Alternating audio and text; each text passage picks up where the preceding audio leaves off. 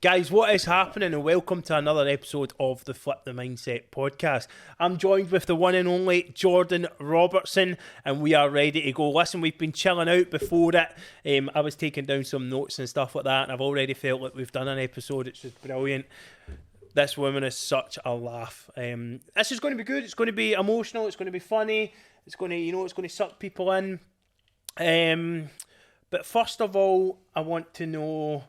I was going to pop a wee story there. Oh, no. I'll leave that for midway through. What do you think of your studio? It's really nice. It's so cool in here. I like it. It's I like nice, the isn't it? space. No, It's nice. literally like you're chilling on a Saturday night. I feel at home. It's not as like sitting in a booth as I thought it was going to be. No, it's really cool. Exactly. I mean, don't get me wrong. It's definitely not a 4-minute walk from the train station like some people would lead you to believe.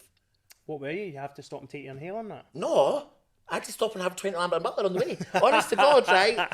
So at 19 minutes, and I've got these on, by the way. My 19 hill minutes walking. for the train station? Aye.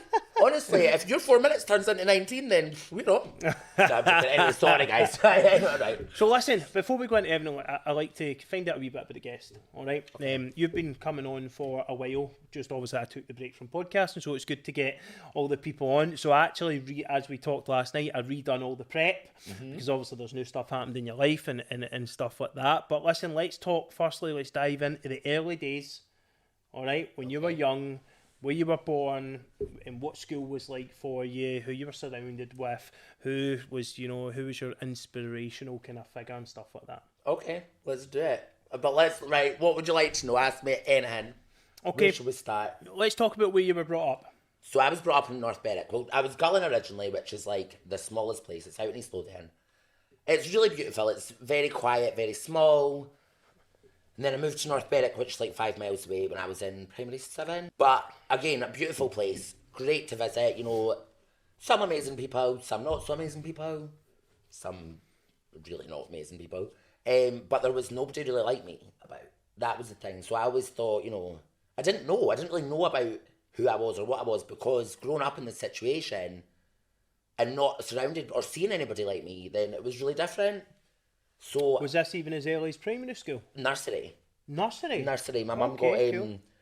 she got phoned about me wearing the bell dress from Beauty and the Beast. Love it. So yeah, which is now part of the reason I've got Beauty and the Beast tattoos. And my mum's dog is also called Belle because I was obsessed. What was your, were you staying with your mum and dad at that point? Aye. What were their kind of reactions? Because we're talking about a time where it wasn't as... early 90s. All right, okay, That was okay. 1991. When's your birthday? 1st of August. 1st of August. I'm 1990, so I'm a year older. I'm older. I don't know about you, but I cling on to the 90s by my teeth. old. But I'm like, I'm the 90s. 90's phenomenal. That's it. So, what was your mum and dad's reaction and stuff like that when the nursery phoned? I don't think there was a big, it wasn't like a huge reaction. It was just like, it's a bairn wearing fancy dress clothes. Good. There wasn't, my mum was always totally fine with, she was really supportive. My dad was the same. My dad just kind of, it was me. I think it was, as much as I grew up in a small place and it wasn't anybody like that, I think because I've always just been like me, I don't ever remember having to, change or, becoming more who I am. Because I did become more who I am as I grew in an adult and understood it more. But I don't ever remember having to, tone it down. There was a couple of instances when I was really young. My biological grandma, my biological dad, I don't talk to them, but I do remember really distinct things. All this sort of, this is really bad, and I don't ever want to try and make somebody out to be bad, but it was wrong now on reflection. I don't talk to them anymore through my choice. And I remember some of the things they would say, and that's what stuck with me. It's so funny for people that I maybe seen 2 or 3 times a year. So it was things like, it's fine if you want to do that, but you should do it in the privacy in your own home. My grandma told me. Okay. And the backhanded one. Oh, aye, totally. It was always that, it's my family, I will not accept you. Wow. But they two are the only two that don't talk to me. The rest of the family, they come to get their hair cut. So your biological mum and dad, you were adopted after that? No, my biological dad, so my mum is my biological mum. Yeah, sorry. Okay. So, but she met her and my biological dad were only together for 3 months. Okay. There was no love story. There was nothing, she said that. We had a conversation. 1-2 kickaroo. Something like that. I've even been informed when I was conceived, and I'm not going to do that to her. Or a quick 1-2 kick him out. Aye, something like that. Sorry, Mum. I'm not that sorry, to be honest. We've all done it, man. We've all done Speak for it. yourself. No, I'm joking. Maybe. Again, sorry, mum, no, I'm joking. But I said to her when I was young, I remember this. And I remember being like, but you had to love my real dad at one point because you had a baby. And I remember my mum saying, you don't have to love somebody to have a baby. Because see, when you're weak, you just like, they meet, fall in love and that. Yeah, of course. And then I don't ever remember a time without my dad. If I'm talking about my biological dad, I'll say biological dad. If I'm talking about, when I say dad, I mean my dad, who brought me up since I was 2. My best pal, he's still to this day, he's my biggest fan, like, he's amazing. So if I say dad, that's what I mean. But, like, I always had him, and obviously my dad's mixed race. So when my mum got with him, I mean, the things I was told, like, you shouldn't do it in privacy. No, you should do it in the privacy of your own house. If I used to go, because I don't ever meet my biological dad in the pub. Tells you kind of what, I was the can of Coke and the packet of crisps in the corner bearing, but that's why I was never, I wasn't there very often. Like, my mum was, it was too busy in the pub. So, when I would go, it was that kind of situation, and it would be before I'd go in, my grandma would be like, remember, you don't want to be a hairdresser, you want to be a builder. And of course, there's me walking in being like, I want to be a hairdresser like my mum. And like, like that, like, and I never toned it down. If anything, it probably spurred me on. But I think that's where my insecurities and my memories of having ever been told who I wasn't alright came from there. And that's what the reason I've not spoken to them for about. I've spoken to them a couple of times, I'll tell you, I'll go into that more, but I think twice in 12 years I've spoken to my grandma. And I've got no intention of doing it again. And my dad, I'd cut him off when I was 18. Well, he turned his back on me because of my sexuality. And that was when I was just gay, so when he realises that I was tranny, Jesus wept. I can honestly, I probably killed the bastard and I don't even know. Oh, but anyway, I do get a bit of pleasure that my transphobic, homophobic, racist, biological father, the love of his life, who was my mum, then carried on to have a transgender child with him and married a black man, so that makes me incredibly happy. Roundabouts. On your cell, Alison, doll. Yeah, roundabouts. It goes in roundabouts. Well, listen, I think we had a great talk on it because we done kind of a live podcast. Me and Jordan, we done it on TikTok, and it was really, really good. It was emotional. It was funny. So we talked a bit there. So it's good to reiterate things like that. There's a huge amount of maybe miseducation or uneducated people around this subject. Yeah, it's a subject that people don't even know. There's a lot of people who are not maybe transphobic or homophobic and stuff like that, but they are actively being homophobic, but they don't maybe know, they're just uneducated. But we've got to have accountability as humans these days to educate ourselves. It's a new world.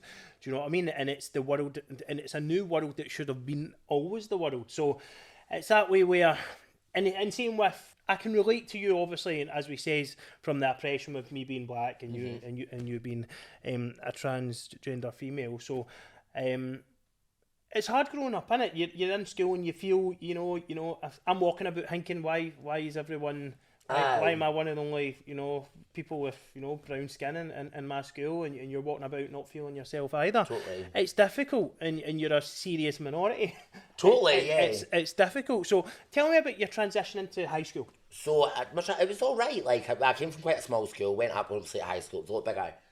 Again, for me, I was always just me, so people kind of knew who, like, what I was like. I was always all right. Like, my nickname in high school was KJ. Like, one of my best pals, who I'm still really close to at this day, actually probably one of the, like, only male, heterosexual, male best pals I've still got. I was best pals with him in school, and he's one of the only people that never changed me. Still to this day, a few weeks ago, I was out with him and his pals for the RAF in the pub. Wow. Like, he phoned me and I was like, you sure you want me to come down and go out piss for your pals? Like, I wouldn't ask you. He's like, then it'd be so fucking stupid. Of course I want you to come down. And then, it was so, I had pals like that, but it took me a long time to kind of find my people. And, people going about, like, chavs, X, Y, and Z, and all the rest of it, I would have been considered a chav. Which I'm alright with. Wait a minute. What? Let's talk about the knuckle dusters. Am I going to have to get my bag? Was it a Merapeak with the knuckle dusters? What's the what? A Bergus. Remember the Bergus jackets? Oh yeah, no, I was a Helly Hansen. I was Helly Hansen. God, I was about to say I was a Helly Hansen gal. I wasn't even one of them. So you showed me last night the knuckle dusters. I've got it with me. It's in my bag. Let me see. Come on, get them out. Oh, I should have brought my way over. Wait now. Yeah, I've upgraded in the world since I've got my knuckle dusters. Wait and you see this puppy, man. Where? It must have been the same one. 100%. It would have been. It's like 40 quid. It was nice to know. And every wee chav had it. This was only one of them. I used to have one for every finger. Sorry, Did you have the doublers?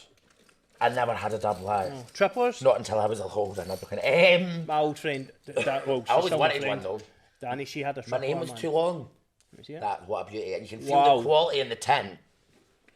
I mean, really. It's got diamonds on it and everything. Check that out. I think calling that a diamond would be a bit of a cheat. Check that out. Maybe not diamonds. It's got some well-cut plastic. Maybe just painted. And what's it say? St. George. Brilliant, man. That's it. Did that knock anyone out? Might have. How long is it till it's not a criminal charge anymore? Love it. Look.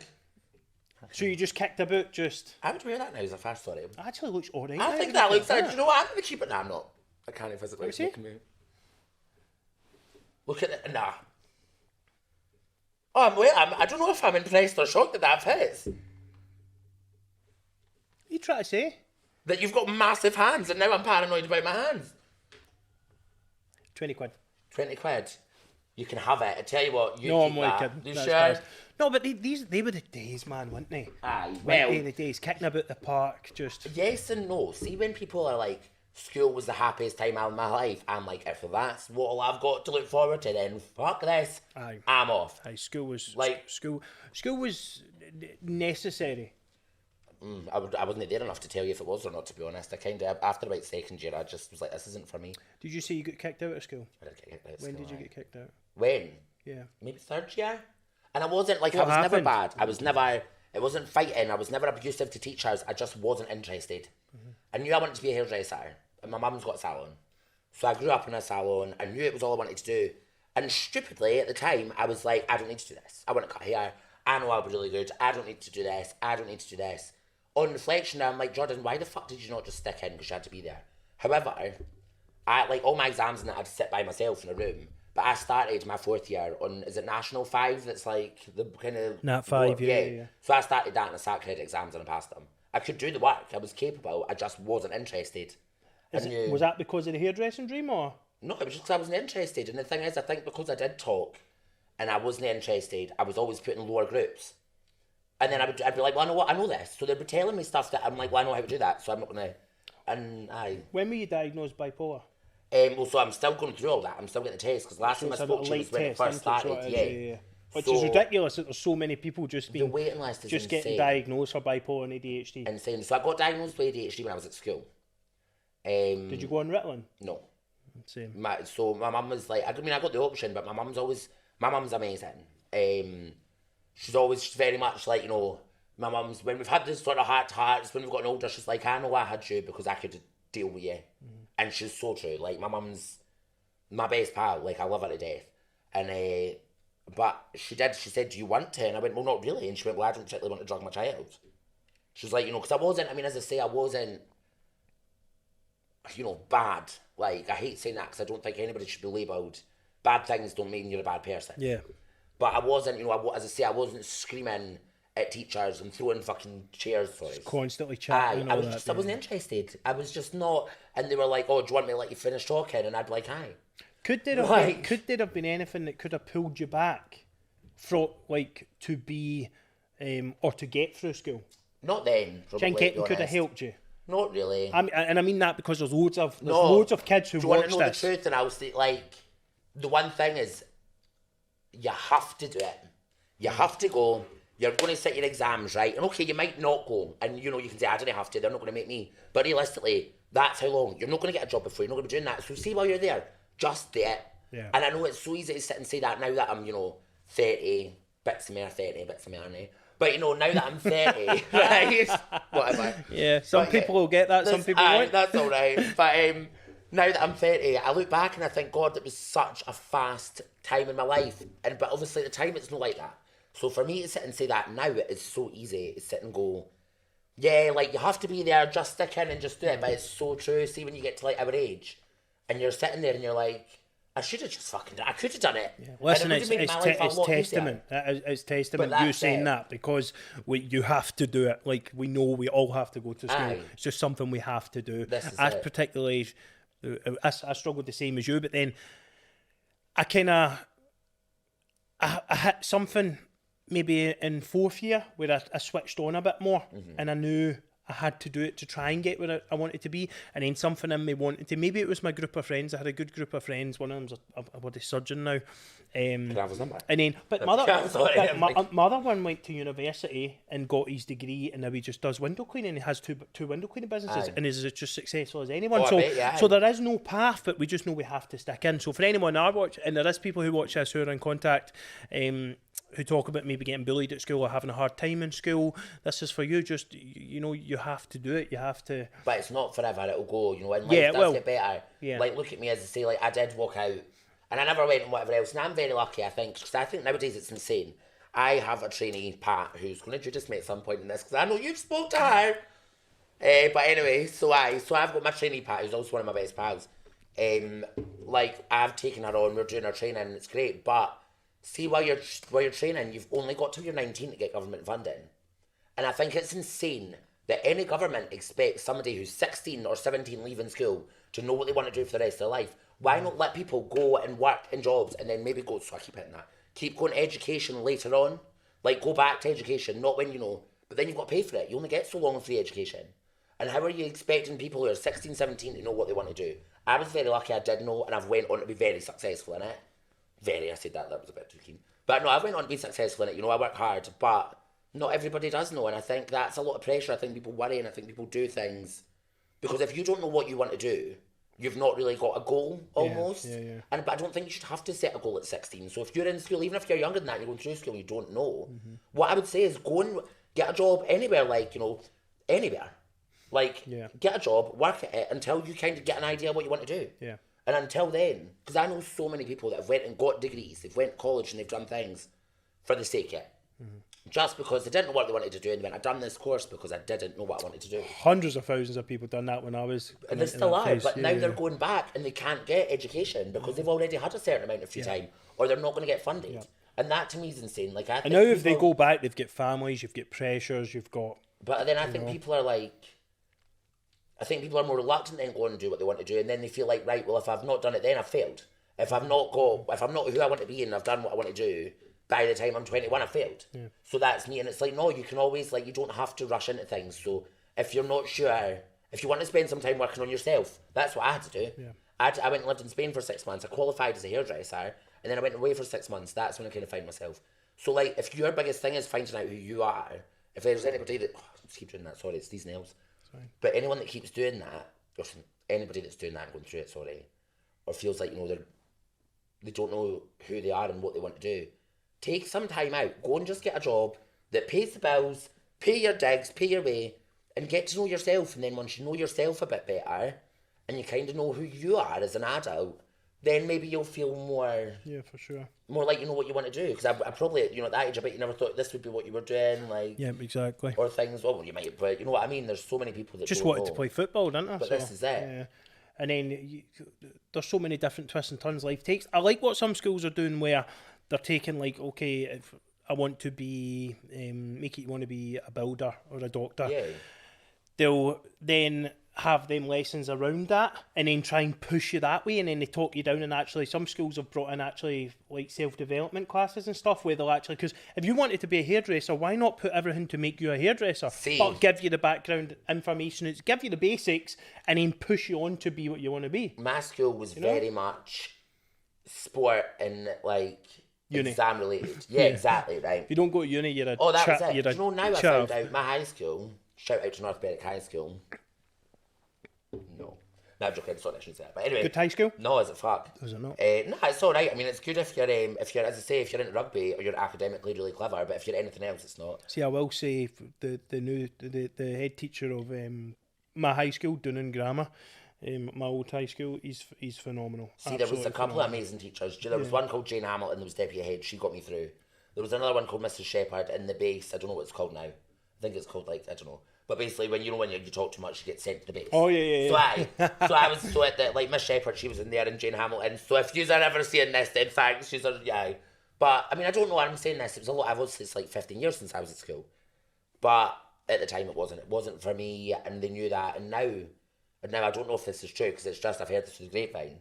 But apparently now, if kids are sitting their prelims and failing them, they're not allowing them to sit their exams, because they'll bring their score down. That's North Berwick's mentality, and that's what it was like when I was there. They literally are not letting people sit the exams. Wow. And if they fail, and I'm just like, that's insane. I don't like the system. I think the system needs to get better. There's a lot of mistakes. I tell you what, in my life, none of the, except for my Masters of Colour, none of my big achievements or whatever else have been sat down with a bit of paper with 3 pages on it that's been marked. It's all about how you work towards things. It's how, you know, it's kind of like that. Putting things in place and keeping moving forward, building your blocks. I was very a bit of shine through lockdown, I think, when you were here and they were saying, right, we're going to actually take your year's work into consideration. Yeah. We're going to do X, Y, and Z, but then what's happened? That's all went back and now it's back to the system. And who am I? I mean, I don't have the answers to fix it, so I can sit and judge it and whatever else, but for me, it certainly didn't work. But we all have an opinion. I wouldn't have been as... I actually have a lot... I know Big Jim Collins, the deputy head of my school, he done a lot for me. You know, I wouldn't be where I was today. I don't think I would have continued to try and be a footballer, because a lot of people in school were trying to pressure me out of it, like, you'll never be a footballer, but Jim pushed me on. So Andy used to give me time off to go to football training and all that, and out of his class, so that was class. But many people don't, so they don't get that dream. But yeah, definitely. But listen, moving on from the school chat, that was about 50 years ago for us too. Speak for yourself. We're old bastards now, you know what I mean? I'm 91, you've got another full year on me, I'm still young. So I talked to your sister, right? And obviously, I'm not going to come out with the bad stuff now. There's plenty of time for that. I'm sure And she was talking about, like, you usually get a really close relationship, and it wasn't till maybe into your adulthood that you started to feel yourself. Now, we talk about your transition or transitioning, as you said last night. You're still transitioning, yeah. So, something I'm not ridiculously educated on, but I'm always so respectful, and I want to learn and I want to understand. As many people watching this will be as well. There'll be people watching this probably just to educate themselves as well, and then all your fans are watching it, and the fit the mindset followers will be watching it. So, give them an insight, but relate it to you and your journey about transitioning. Like how tough is it mentally? How because we're not going through you know, a time of slavery anymore. You know, we've still got oppression and stuff like that, but LGBTQ plus community and so on, and trans people and stuff like that, it's very much only starting to get better. You know, it's very much, take 5 years ago, it was a disgrace. Do you know what I mean? So just highlight on it. Yeah, we're all ears. Being trans, I always say, is where being gay was 20 years ago. Like, it's still a lot further back. So recently, this is just one example. Like, so you know the conversion therapy that they've just made illegal. It's now illegal to do it to anybody that's gay, lesbian, or bisexual. It's not legal for transgender. So to me, that's the government saying, actually, it's all right to do it to them. That's honestly, it's still legal for that. But that's not talked about. It's not mentioned. So explain that. Explain that for people who don't know. Conversion therapy is obviously like negative behaviour, negative behaviour reinforcement. So, you know, it's that old horrific thing when they were doing lobotomies and shit like that. Yeah. Where you would go in and they would show you certain pictures and things, and then, like, you know, do bad shit to you to try and put you off it. And then God. But honestly it was. And you're talking like back in the day, they would show people pictures of, like, say you were a gay male, they'd show you pictures of 2 men together, or of, like, a bobby, or, you know, anything, and they'd electrocute you. And shit like that, but it gets worse and worse. That's only just been made illegal in this country this year, but not if you're transgender, it's still legal. And I don't know, I mean, I've never heard anybody, you know, but, you know, it's still legal, and but the government have made it illegal if you're gay, bi, or lesbian, but not if you're trans. So to me, that's like the government are saying, so, you know, it's all right to do it to them. Yeah, that shouldn't be... The waiting list, if you're transgender, just to be seen. So if you go to your GP and say, I think I'm trans, which is how you have to start, unless you go private. And then once you're private, you'll never get to go in the NHS. You're talking tens of thousands. People can't afford that. Realistically, you know, I do all right for myself, and even I would really struggle. Yeah. So, I'm saying even I, like, I've got, but you know what I mean? I couldn't. Yeah. So, like, for example, Pat, I know she won't mind me saying, but she's now been on the waiting list for nearly 4 years. And she's not even had an appointment for 10 minutes. Because, you know, and there's so many trans people that take their own lives and, you know, can't live as their authentic selves and just do all that because they can't get this 10-minute appointment to be... And it is 10 minutes, you literally go in and go, have you all felt like this? Aye. Have you got anything, like, has there anything happened? No. Like, you know, they just ask you basic questions. Anybody, you could go in and say you were trans. And as long as you thought, like, this is how you answered it, they'd go along. And you know what, fucking interview. So you've got, like 2 hours. To be who you are. Aye. Like... That's it, exactly. What are you even asking these questions for? But I do understand, right? I do think, you know, you have to, it's a big, big thing to go through. Yeah, you have to be sure. And that's it. So I understand why, but I just think it's absolutely mental that it's so underfunded, so under-bothered about, like... Well, yeah, they must not be training They're not. enough people to do it No. if they're trying, if that waiting list I've not is been so seen long. by the gender clinic for... Last time I was seen by them, I was still with my ex, so you're talking 2.5 years. I'm not even, and the one time I spoke to them, it was because I needed to get a letter to get my boobs done, and it took me 4 weeks to just get a letter off them. I couldn't even get through on the phone. It's open for 2 hours a day. 4 days a week, I want to say, or 3 hours a day. And like, so as I say, like, my trainee Pat, she kind of, like, it's been years she's been waiting. And the longer you're waiting, the more you develop as an adult. Like, you know, everyone says you're an adult when you hit 18. Realistically, especially if you're, well, I don't know about, but if you're born male, that's when you start to develop more hair, like in your early 20s when you're getting older. So if people, the longer it's left for people, the more people can handle it, the worse their dysphoria gets. Yeah. The worse it gets from there. Yeah. So, you know, and all it is it's just like an appointment to talk to somebody. That's a serious letdown from That's the it, government. but that's That what I is- mean. It's like 20 years back. It's like, oh, whatever. Like, it's almost like you feel like the government are saying, well, if you want to wear a dress, put one on. Like, you didn't need to show this, but actually there's so much more to it than that. Who's the people fighting to make this happen? I think just people, like the trans community, like everyone that's out there, you know, people trying more and more. It shouldn't just be the trans community fighting to make this happen. I mean, no, there you know? definitely is. You've got loads of allies and stuff like that, but I don't think it's talked about enough. I don't think, you know, and I think it's that thing, a lot of people, I'm really open with medication, operations, things like that. It's fine, but I think a lot of people are embarrassed, and, you know, just to say, I can't get on hormones, and I can't get a hold of this, and the black market for it is horrific. So, like, I'm infertile, I can't have kids, right? That comes with hormones. Yeah. It's the only thing that wouldn't go back. Obviously, I've got implants now, so they wouldn't go back. But you develop a bit of breast tissue, you change, and, like, it does soften your hair growth, things like that. Mm-hmm. Changes, like, where my body fat goes. So now if I put on weight, it doesn't go to my tummy, it goes to my bum and my hips, which, delighted. Phenomenal. That's it, great. You know, I'm not complaining. So, but that's what it does. But it does make you infertile. But people are buying this, and they give you the option, do you want a free sum, you know, and that's it. It's the only thing that won't go back. So if I was to stop taking them, I would never get that back. But people are going on and buying these hormones online because they can't get it through the government, because they can't get the minutes to see. And I mean, not just what it's doing to them mentally, but physically the repercussions are insane. Let's talk about the stages of hormone therapy. Right. Okay. Because obviously it's totally. I've never heard this, so it's nice for and just to... I mean, sorry. To be honest, I didn't know much about it until I started it, so it was a real learning thing for me. Like, which is madness. I know. You Google it and you hear, like, they give you the list of what could be. Yeah, yeah. But, you know, it's that. So I started on the pill. Okay. And it was like, it basically looks like a contraceptive pill.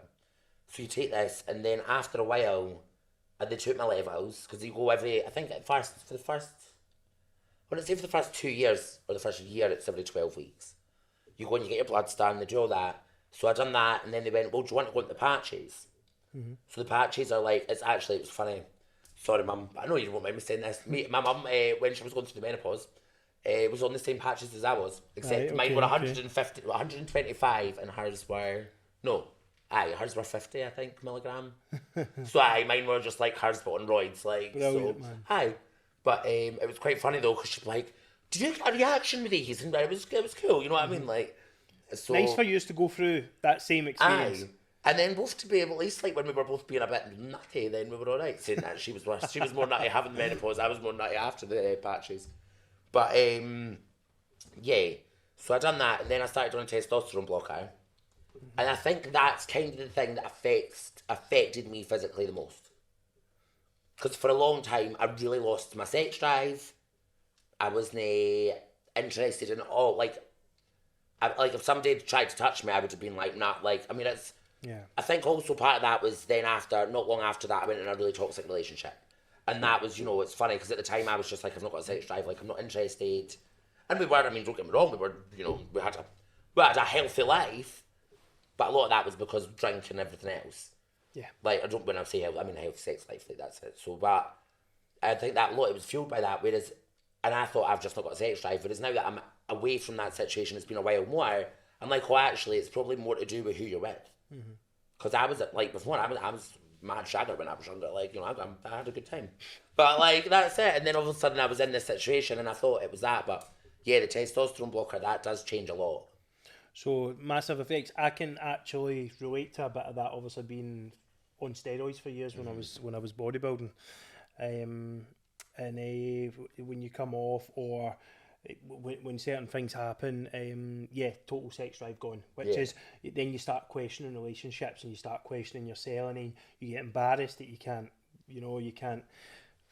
get it up or whatever, and all that kind of shit. You're like, that, what the hell, what's happening to me, what's going on, you know? So yeah, that's a horrible place to be, and obviously with you going through everything else, I can only imagine that. But then you've got that choice of being like, right, well, I know how unhappy I would be, like, you know, I mean, I say to people all the time, like roids and bodybuilding and stuff like that is very similar, because you're doing stuff to alter your body and you're working so hard because you want to be a certain way. Yeah. And that's it, and that's the same. So you think, right, well, if I stop that, I'm going to be so unhappy in myself, and if I don't do this, and it's the same with the hormones. So it's that double-edged sword of like, right, well, I can feel this way and I can go through all that, and I can have the problems with like the sex drive and the temper and just not being in the mood and whatever else, or I can be absolutely miserable and not be who I want to be, and that's going to be even worse. You know, and it's so like, you know, it's stuck between a rock and a hard place. Yeah, for sure. What's the pros and cons of the obviously the double-edged swords? What's the pros and cons of the hormone replacement therapy? Is it Bunda. like... No, I'm like Bunda and these bad boys. The Bunda. That's it. The pros, I definitely feel more myself. I think it gives me more confidence. You know, it's like all your fat distribution changes. So, you know, as I like, we're going to talk about this, but I had eating disorders for years, and one of the things was my ribs always used to really stick out, and then all of a sudden, and it never bothered me because I was like, I need to be smaller. Yeah. And then when I got my boobs done, all of a sudden I was quite happy with not being totally concave and like, because my body wasn't the way I wanted it to be. So then obviously being physically it's starting to be more the way in my head I felt it should be, was a lot better. It made it easier. Yeah. You know, it's that thing. And then also... Change everything, your charisma and everything, eh? That's it. And it almost makes you feel like you're not pretending to be a woman anymore. Like, you're like, well, you know... Because, like, my strength now... Like, because obviously your muscle mass, everything changes with the estrogen. So I'm as strong as what a woman my size would be that does zero working out, because I don't work out. But, you know, like, but it's not... Whereas, obviously, men are naturally stronger. So that's one thing, you know, it's like my strength's completely changed. Like, I'm not as strong as I used to be, but I'm still as fast for anybody watching this. You know? So that's a real important time in your life and a real sense of coming in your life. That's a real sense of, fucking hell, I'm starting to feel more myself here. Like, totally. Wow, you know? That must have been amazing. Because people are watching this, like, maybe the ignorant people watching this, who you might not know you're ignorant, but you might just be undereducated or miseducated about all this stuff. And see, I wouldn't say that was ignorance, though. I think that's like unaware. If you're willing to learn, I don't think you're ignorant. Yeah, but some of them will be. Yeah, no, but some people that are, totally as well. Will be, but I think after this podcast, it'll really educate them, and then that education can really change their mind. So maybe but ignorant, not. do you know what? It's that thing you don't want to be like, just because somebody doesn't know so much. You don't almost. It's that thing of going like them and us. Like, you're not ignorant because you don't know, you've just not learned. So if you're willing to learn the right way, then it's not. 100%. But if you are, and that's what you think, and that's where you are, you're a big 100%. I'm more referring this to one of my pals who's ignorant, and he's going to watch that this. one that's in my DMs, you mean? No. I'm joking, I'm joking. And I've been debating this all week with him, and I was like, just you wait, and that level of ignorance I just don't like. But there'll be ignorant people. You know what it really means about you, wherever you are out there. No, I'm joking. And, do you know what I mean? But for anyone, for all you guys watching, this is serious shit, man. This is human life. We talk about the war in Ukraine and all that kind of stuff when we can't even fix our problems back home. Do you know what I mean? And people in Scotland, big friendly country, and there's a larger population of people in Scotland still not feeling themselves. Think of it when I think people with mental health have more understanding and compassion because they know they know what it's like to feel different, and they'll be watching this going, and maybe even wanting to get involved with spreading awareness and stuff like that. And I think that's really important, because if people in this country are feeling different, we're doing everyone a disservice. We are all fucking up. Do you know what I mean? If people in this country are feeling it, whether they're black, trans, gay, whatever, if people are feeling different in this country and they're going about their lives not being able to feel it themselves, that's like living in a prison. And you know, with your bipolar and stuff and my mental illnesses, living in a prison is fucking horrible, and living in a prison in your own head. But imagine not even being able to feel yourself. This is serious shit. So I want to thank you for coming on. No, listen, thanks it's for amazing, having me. and for opening up. We're not finishing, by the way. We're just. Oh, that's the step there. But yeah, just to get that point across. Do you know what I mean? Because you know how supportive I am. Oh yeah. Of it, and how supportive I am of it. How supportive I am of normal people in normal life. I It's think just how fucking willing you normal. are to learn. That's the real refreshing thing. It's that because you know, as you say, you don't know. I didn't know anybody like me until I was like me. When I was 19, I first went to the GP. Actually, this is a quick story, but I was 19 and I went, I think I'm transgender. But at the time, I thought it was either all or nothing. Like, I thought you say that, then you get an operation, that's all done, that's whatever else. And I was like, I don't know if I'm ready for that. I don't know if that's me, but I definitely feel like I'm a woman. Mm-hmm. And it wasn't until I was 24, I think, 23, 24, and I went to the GP. I went to the nurse for a test after the holiday in Carlos. And she said the on routine the pre-holiday test. That's it was it was a post-holiday test, which is even fucking the post, worse. sorry, post. So Tilly and Legends Bar. Cheers for that. But anyway, fucking sorry. But anyway, moving on. Brilliant, man. Fuck, this is why I get in trouble. Chain the seat in the plane and the way home. No. Brilliant. So anyway, what was I saying? So the nurse went, it says on your file you're transgender, and I was like, oh well, no, bit of a thing came through. I never actually went to the appointments, and then she went, can I ask why? Because she just done a course. Her name's Alison, my nurse, she's amazing. I love her. She does my jag for me every 4 weeks and that. And actually I could get my jag every 12, but I go every 4 because we're getting really well worse. She's sound like. So she was the one that went, well, Jordan, 60% of male to female trans people, this was but like 5-6 years ago, they don't do it, the full thing. Okay. You know, and I was like, oh my gosh, I never realised that was an option. That's me. Like, oh, like you can still be trans and you don't, you know. That's why I think it's that thing when people go, are you fully transitioned? I'm like, well, I'm as fully as I intend on being right now. I always say never. But for me, at the moment, I'm happy with that, but I never knew that was an option.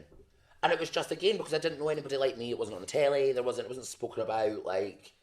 Yeah. So that was the thing as well. And I think it is that, like, everyone's got their differences and it's, you know, you can be who you want to be, but it's just trying to find the right way. And then working with the time as well. Who you are now is not who you're going to be in 10 years. Absolutely not. People need to realise that, you know. First tattoo I got was at 14, and I tell you what, I definitely would not pick the same now. Like, round about that time, tell me about the first time. You've got something. Susan's told you something. I can see in your face. My sister has told you something. Talk about the first time you told your sister, or you opened up to your sister. God. Oh my God, I bet she remembers this a lot better than me. I think I was on a bus, I'm sure. Do you want me to? Oh, Denny, nah, I was on a bus. I'm sure I was on a bus. Oh God. I'm sure I was on a bus and I just told her.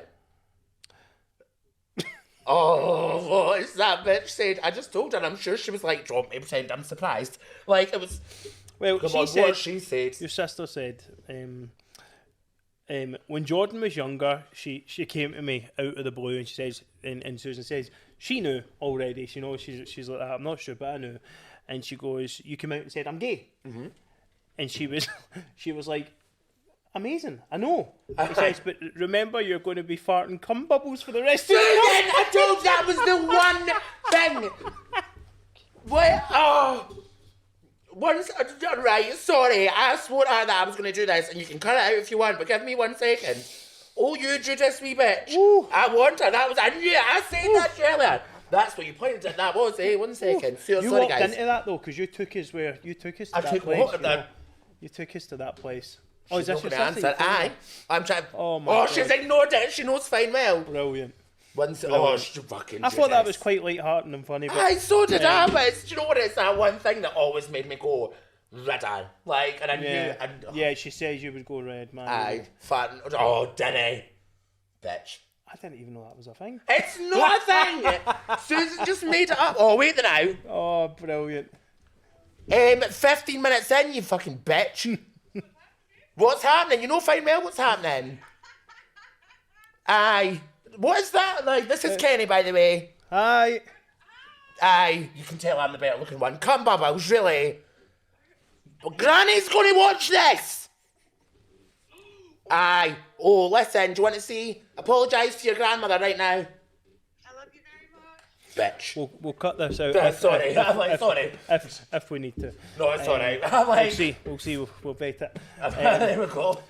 So aye, that was the first bombshell. No, you didn't have to. Aye. I knew. Oh, don't worry. I'm sure there's more to come.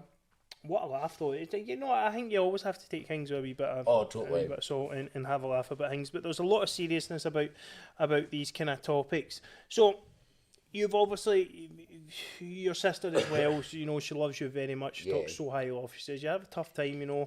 You know, growing up and starting to feel yourself, and you only really started to feel yourself when you became an adult, which for me is a whole 20 years of figuring yourself out or whatever, which is a wee bit unfair. But we all have our problems. I know they're a lot different. I'm not saying that. I'm saying we all have our journey. I mean, and I'm sure.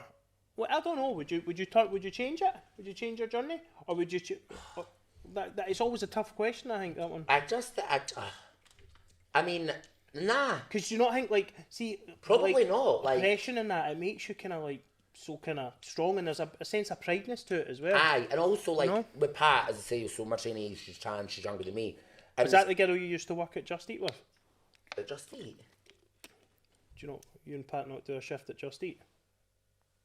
No. No, you're not. No, Pat's my trainee. Oh, that story's coming soon. Okay. Just Eat? Yeah. I've never worked at Just Eat in my life. No, you're not. No. So, okay, let's get the story. Right, wait, aye, let me...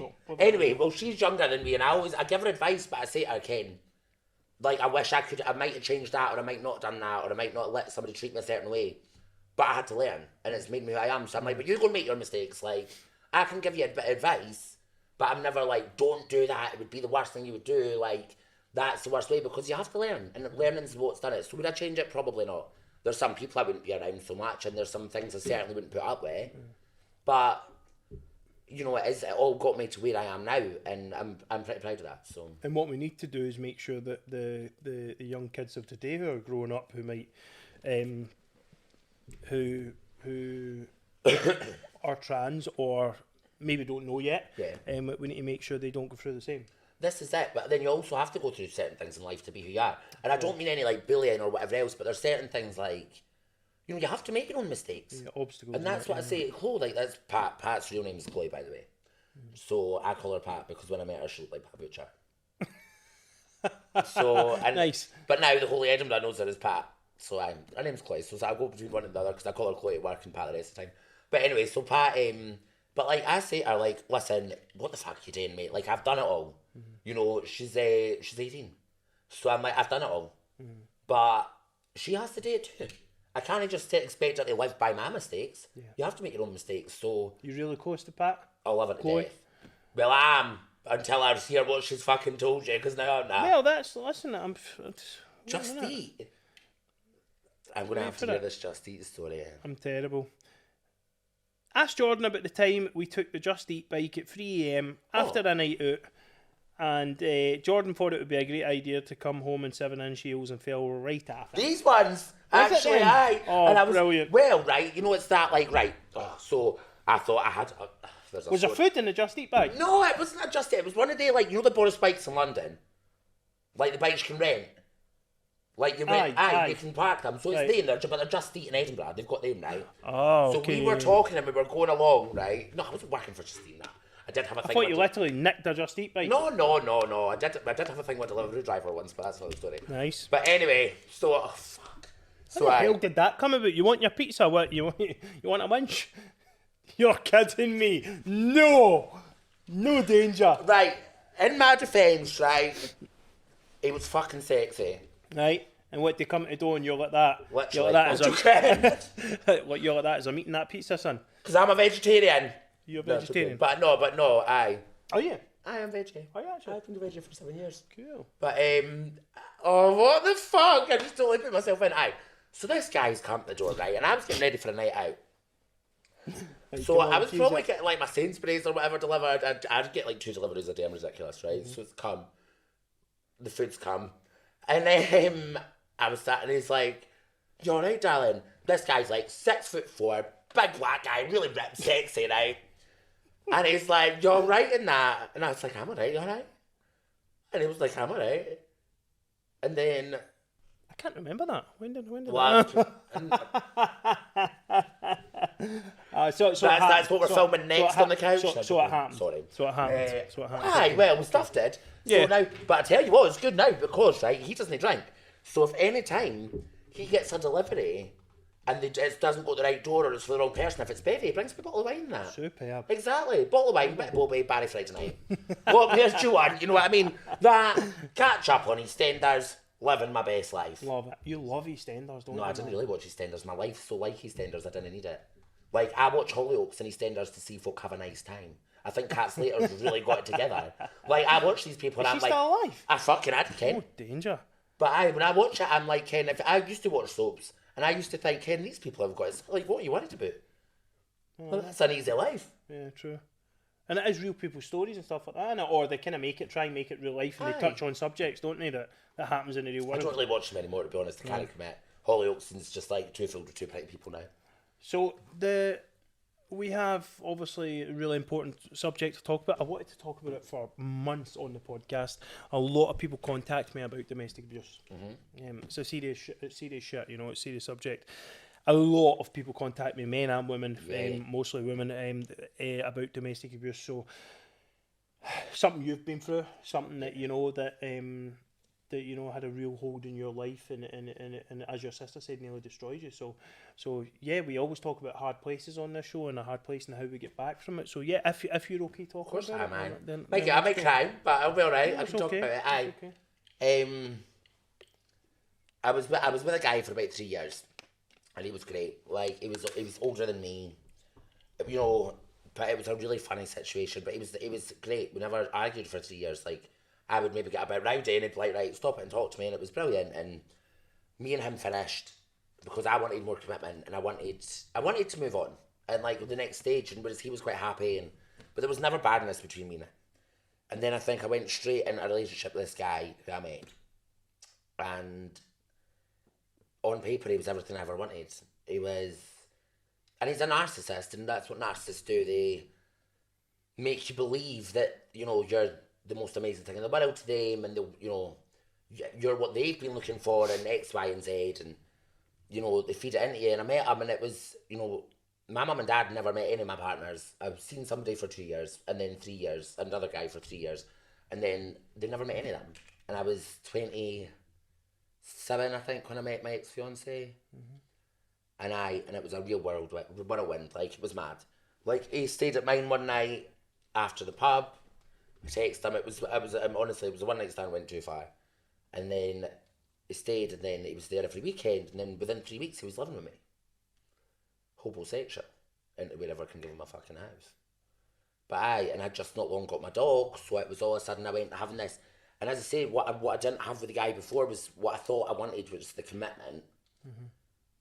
And I thought this guy was giving it to me, and along with everything else.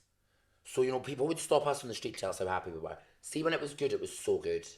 It was amazing. But he became obsessed and controlling, and the longer it went on, the worse it got. And he abused steroids, coke, antidepressants. And then after about 8 months, that's when the violence started. But now, like, the violence was nothing. I'm like, for me, I say it was nothing. What was it? What? Yeah, you say it was nothing. It wasn't. You're a strong personality and stuff like that. But the mental stuff was 10 times worse for me. It was huge. It was huge. But what I mean, sorry, is the first time he hit me. So we were staying down at my mum and dad's, and we used to go down there quite a lot. They're down in North Berwick. You know, it's a really nice wee place. Nice. So we went down with the dog. My dad is, as I say, my biggest fan. He's my best pal. But again, he never really knew anybody like me, and I always think my dad thought I was going to bring home somebody that was really camp, and you know, that my dad couldn't really relate to, because my dad would never judge anybody. You know, my dad's great with everyone, but I think he was always worried that he wouldn't know how to relate or whatever, whereas now he'd be fine. But then obviously I brought home this guy that I was with, and he was like, again, big man's man, eh? And He's also quite dark. My dad's mixed race, so they got on really, really well. Yeah. And it was great. So we were down there a lot. And like he would be just staying down there when I wasn't there and stuff, usually when he was on the run for the police. Not that my parents would ever hide somebody that was on the run from the police, but you know, anyway. Moving on from that. And then so we were sitting in the house one night, and him and my dad had been in the pub from like 2 o'clock in the afternoon. My dad's fine. My dad's like, he's getting a bit older than that now, but he likes a swally, but he'll have a few drinks and then goes and falls asleep. Yeah. But then me and Ian were sitting there, and this is back when, you know, there was gear about. He was reeking, and I've looked over his shoulder, and I was wondering things at this point. And on Snapchat, there's this list of girls' names. So I went, oh, aye, very good. I was like, I fucking knew it. Like, I can see through you, eh? And then he's like, give me my keys. And he was fucking reeking. And I was like, you're not driving like this. I'm like, you'll either kill yourself or you'll kill somebody else. I was like, no. So I hid his car keys. And I went, look, you sleep on the couch and I'm sleeping on the floor. I didn't want to be near you. So he's went to sleep for a couple hours, woke me up at 6 in the morning and had his t-shirt on. And he was like, where's my fucking keys? Give me my keys and that. If you're going to leave me, I'm leaving. Like, I'm not doing this without you, blah, blah, blah. And I was like, they're in that fucking drawer. Like, just get them and leave. But because I wasn't trying to beg him to stay, and I was still asleep at this point, like half asleep, and he went, give me my t-shirt back. And I went, go and fucking get away from me, right? And he literally grabbed the duvet, my eyes were still shut, wrapped me in it, and he fucking broke 2 of my ribs. Battered me while I was half asleep. So I had to shout on my mum. Luckily my dad never woke up, because I would try to think, like, one of them wouldn't be here anymore. And my mum had to come down, and fucking being 27-year-old and having to scream on your mum while your fucking fella's hammering you down the stairs is horrific. And it was awful. And then I remember going at my work and lying and telling the girls, like, oh, like, me and Ian were mucking about. Because I took him back so fast as well. Like, so fast. I did everything, like, we were never apart for that long, but it was in my head, like, you know, he used to tell me that I was lucky that I'd be with somebody that would be out seen with me and that would commit to me and blah, blah, blah. It was all, he's one, like, this is the thing, people, like, narcissists and people with ADHD, they really attract each other, but they're really bad for each other. Because people with ADHD have this constant chase for, like, dopamine and wanting the high. And narcissists are the same. They both get really close, but narcissists do it to try and get information on you. To try and hurt you. So it was everything. He knew all my things that I was really insecure about. All the things that I didn't feel confident in, and, you know, that it affected me over the years. So he would use them against me. And it was stuff like that. So I was back home really fast. I remember being in my work telling the girls that I'd fallen and broken my ribs on the headboard. Because I'd been mucking about the bed and fallen, and that was... And then, you know, it just kind of escalated from there. But the mental stuff is, you know, the next time I done it was even worse. And then it got worse, it progressively got worse until I thought he's going to fucking kill me. Like, if I don't go, he's going to kill me. And it was my mum said to me, she went, Jordan, every time you don't answer your phone, I think he's killed you. And I went, what do you mean? She's like, well, honestly, if it's 2 minutes, if I phone you and you miss your phone to that 2 minutes, the longest 2 minutes of my life, I think you're lying there dead. And I think he's done it because she knew, obviously, it was in his house. In my mum's house, sorry, that he'd done it the first time. And, like, my mum had to, like, the second time, he sat on top of me on the couch and smashed my face in until I was bleeding that badly, it was running down my legs. And then I thought, I'm going to have to phone my mum again. He got lifted. And I phoned my mum and I was like, well, I texted her and I went, I'm going to FaceTime you and you can't freak out. And she went, what the fuck's happened? She's obviously at this point knowing it was not a good situation I was in. And I phoned her and she started shouting at me. But it was the fright, I think, and she's admitted that because she got so upset over it, and I never would hold it against her now, but she was like, and I don't even think she knew we were back together. This was another good split up and got back together numerous times. And she's like, what the fuck are you doing with him? Like, I knew, blah, blah, blah. And then when she got, like, then she phoned me back 2 minutes later, like, so upset. She's like, I'm sorry, I shouldn't have shouted at you. But it was just the shock. And I would never hold that against her, but, like, you know, it was, and I can understand why now. And then it progressively got worse and worse. Until eventually when she was like, I think every time he doesn't answer, I think he's going to kill you. Or I think he has killed you. And I thought, I can't do this to my mum anymore. It wasn't even me. I thought, I can't do this to my mum anymore. See, when you say you kept getting back, I know the thing in some people's heads now, and the most ignorant thing I always hear people say is, why didn't you leave? It's a big thing. Why didn't you leave? Why didn't you leave? Why didn't you leave? Can you explain, obviously, to people who are maybe trying to help people in this situation, why it's not so easy to leave, and why if you're with a narcissist, the preparation for them to put you where they want you is very calculated, and when they get someone in there, it can be almost you're conditioned to you're never going to leave, unless and many don't get to leave, and some people don't come back. One of the police officers the second time said, Jordan, you're the kind of girl we'll find in 6 months dead. She went, this is it, like this is, because it was numerous times the police had to come out. This is the and I still went back after that, but a lot of the thing was like, see, when bad times are so fucking bad, they're so shit, and you've been so hurt by somebody that's meant to love you, then the bare minimum's a good time.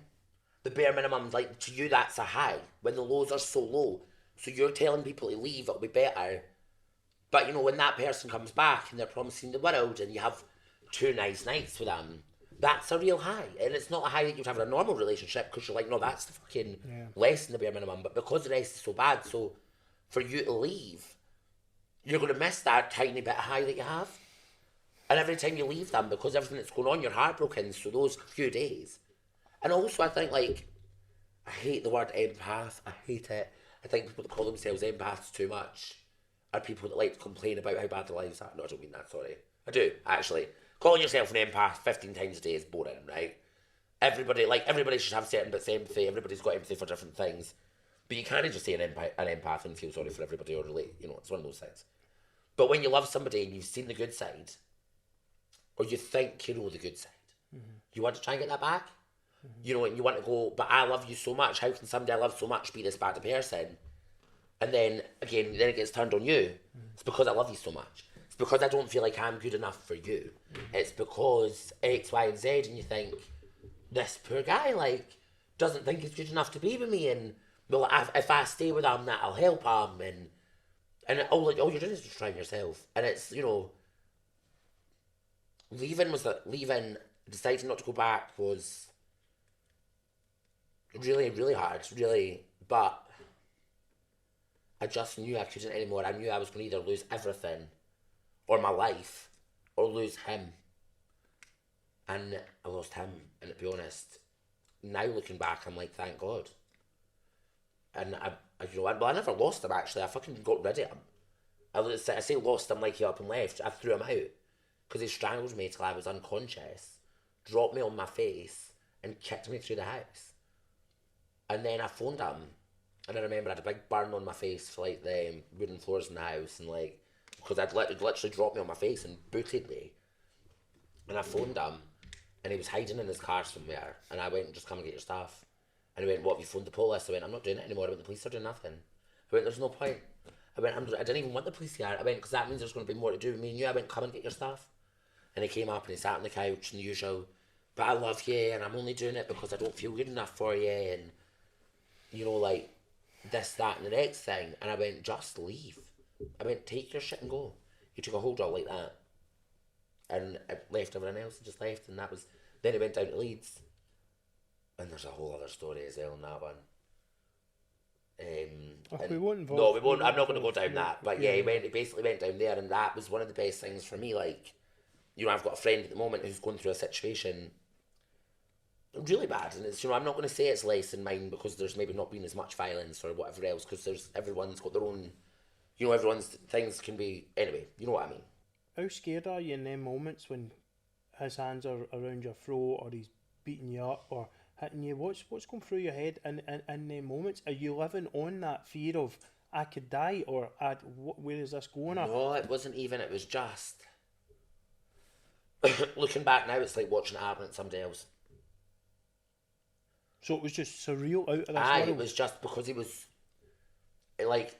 in the military as well before, and he was a big guy, like he was, broad heads, and he was that fast. Like, it was literally 1 minute I was telling him to get away from me because I couldn't bear him touching me because he cheated on me and I didn't want to lie in bed with him. Next thing I know, he's on top of me punching fucking me.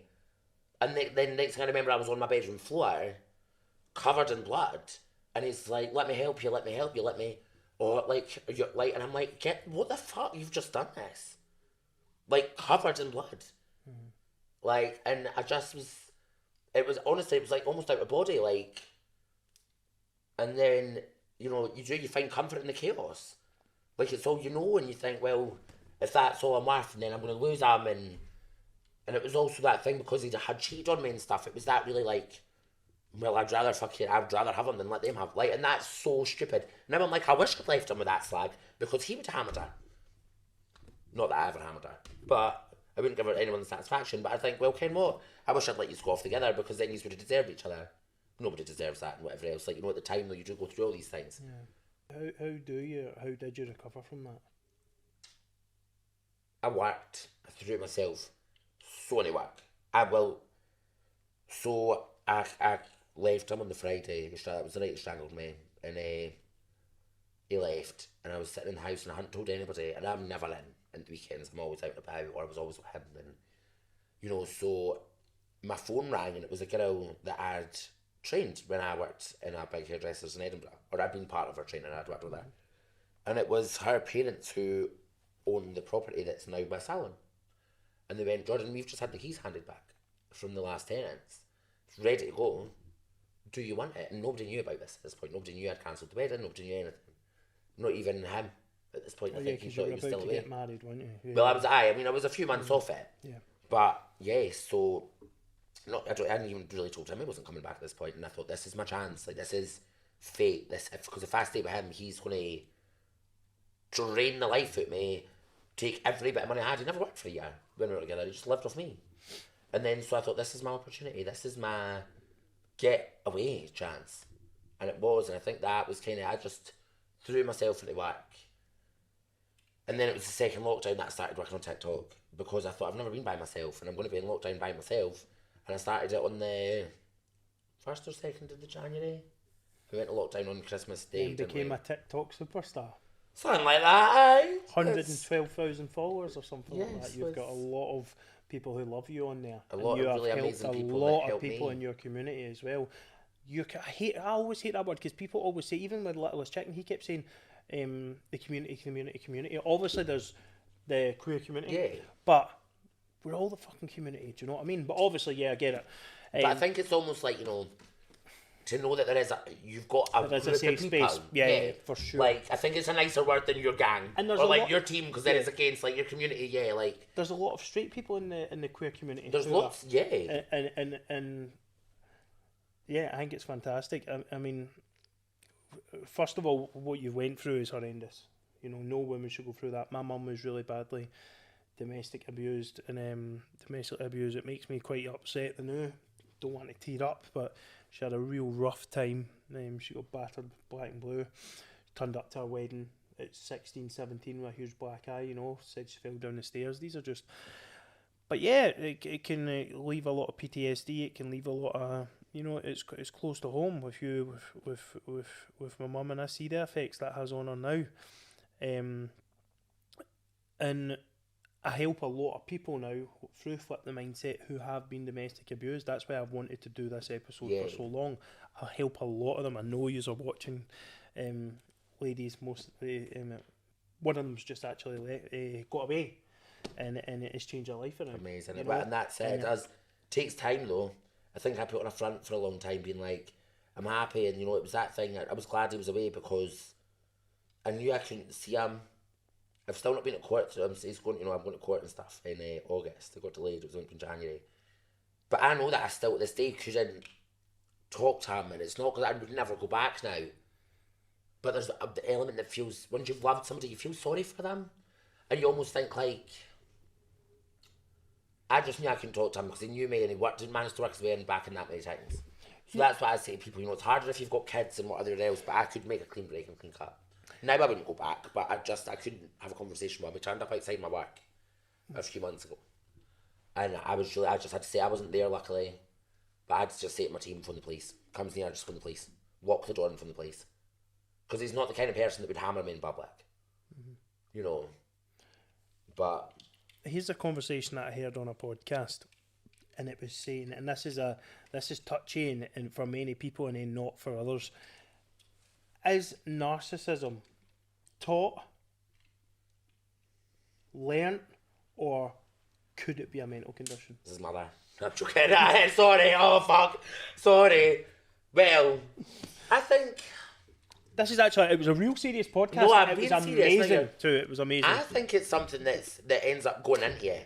I think it's. Do you think it's learned? Hereditary, or maybe? I think it's or learned. Just learned? I think it's learned. I think it's a mixture of a lot of different things. And I think everybody has elements of narcissism in them. Yeah. But I think, I think it's a bit like mental health stuff. Like, everybody's got a level of their mental health, and some people it's more extreme, which leads on to other things like, bipolar, things like that. But I think everybody's on a scale. So there's obviously, everybody's got traits and whatever else, but the more these traits take over, it builds up, and then I think a lot of to do with narcissism is it engulfs you, and you're unaware that you become this person, and it's almost like you turn on yourself, and then all the traits, and that's what does it. And narcissists are clever, and it tends to be because they've lied and had to lie, and they've won, and it's what they've tried to achieve and try to get, and they've worked out that's how to do it. Yeah. But why are they doing it is the big problem. I think because... And then where does that come from? And then are they struggling in themselves? Have they got a social kind of path, are they locked in the prison of trying to be a narcissist? It was so interesting, this point. I'm just ranting things. You'll have to tell me who it is. I'll send you on no, Spotify. Definitely. It was phenomenal when they were going into it, and then they had the psychologist there and all that. But it's a very touchy subject, because a lot of people go narcissist, no, they're just evil and all that kind of stuff. But listen, I've dealt with a narcissist, and honestly, I could have sworn he was maybe schizophrenic. Aye. I could have really sworn it, but real care inside, and then to the person he was abusing, and physically, carnage. So it's really mad, but yeah, definitely needs to be. I think if someone's a narcissist, right? They know it, trying to stop themselves, and need to go and speak to someone without the police getting involved. Could that help? Now, this is just a throw out in the dark. I'm always, always trying to fucking make the world sunny. But that's not a bad thing. Could someone maybe... Because make it you took heroin a couple of times, right? And you're like, right, I think I'm going to go full scale into this. Could I talk to someone without people labeling me and stuff? Could someone who's maybe struck out once or thought they're going to strike out in a relationship, man or woman, doesn't matter, could they maybe go to someone and say, listen, I've done this, I need help now? Or is that just should it just be pure accountability? No, I respect anybody that tries to help and it tries to change something. I do know people in the past that have, maybe done something they regret or whatever else, and they have worked on themselves and they've went and done that. I respect anybody that tries. Oh wow, you know people like that? That's phenomenal. I think, I know. They've actually took it and just went, no, I know I'm wrong, and I'm... Aye, and I'll try and get help for it. Yeah. And I think some people just say it, and then, but I always say that, I'm like, well, the proof's in the pudding, you know what I mean? Like, if somebody's willing to say, well, I need help, I'll do that, that's all very good and well, say it. You can say that to your blue in the face. Yeah. But I'll respect anybody that tries. Anybody that tries, and I might say to the person, like, well, while you're sorting yourself, you can't be with somebody else. Yeah. Like, be by yourself and work on yourself. And I'll respect somebody, I'll give them even time a for rehab, there's rehabs for drugs, everything now. Even there should be some rehabs from other stuff. There is, you do get that kind of side to it, you find, I think, but then I think a lot, it's like therapy, as I've said it before, like, it's so funny the difference between, like, Americans and Brits and your sense of humour, X, Y, and Z, whatever else. And there's a lot that I think, Americans, this might not be my kind of thing, but, it's not, I'm not saying they're bad or whatever else, but I do think the therapy side, the Americans have got sussed, because every other person's got a therapist. People are willing to talk. In this country, Well, if some you're... Americans. No, some, obviously, but it's a lot more open, it's a lot more discussed, and it's a lot less taboo. You're not going... Like in LA, having a therapist is like... having a wee. It's like it's having a bag, you know what I mean? Yeah. But that's it. But I think that's because money's all made them fucking go... No, but it's not, because I think a lot of them are thinking like... But no, it's good. If you've got something, if your body is... If there's something on your body that's broken or not right, you'll go and see a doctor. Yeah. So if there's something in your head that's not right, you should go and see a doctor. It's constant and it's not the same doctor, is it? It's a doctor that works with your brain and your mind, because you need to... Yeah. If you're a bit... Like, I know, for me, I would say I went through a phase in life I was absolutely broken. Mm-hmm. And I was very lucky to have people that helped me and whatever else, but, I had to work on my mental health, and it's still not, Still not, it's still not. I don't think anybody's Still just not perfect.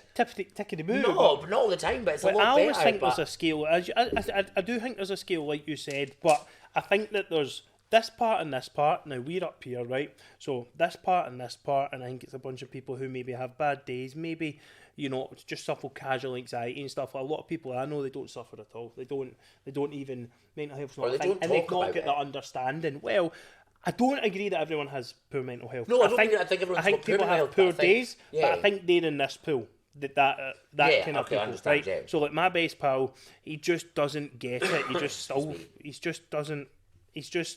just doesn't get any bad thoughts. Well, obviously the thing is he could be but hiding it, but like he's just no. But I understand, Jay. If he's authentic, he doesn't get it, and then I think there's a part that if you're in this group, so here's the line there, and if you're at this line, this is where it starts affecting your life. Relationships thingy, and then you go, so the spectrum starts there, I think. But this pool is where I was before. See, when I was 17, 18, I didn't have any mental health. I would never, even a bad day just felt normal to me. I never had any feelings in my heart. I never had burning skin. I never felt like my heart was going to crush.